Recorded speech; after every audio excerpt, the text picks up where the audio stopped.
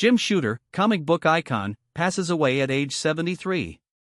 Jim Shooter, the iconic comic book writer who broke into writing comics for DC when he was just 14 years old, and who later became one of the most influential editors-in-chief in Marvel history, has died at the age of 73, according to comic book writer Mark Waid, who noted that Shooter had been suffering from esophageal cancer for a few years now.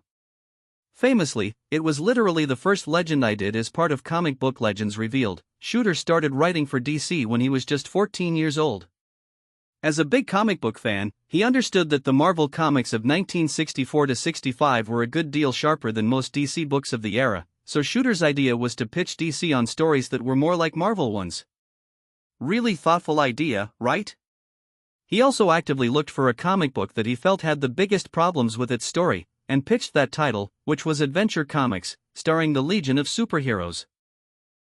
The bewildering idea is that Shooter, who didn't really know how comics were done at the time, literally just wrote and penciled a two-part Legion of Superheroes story in 1965, when he was 13 years old still, and sent it to Mort Weisinger to see if he wanted to buy it. Shooter was a heck of a young writer, but he was not what you would call a professional artist by any stretch of the imagination.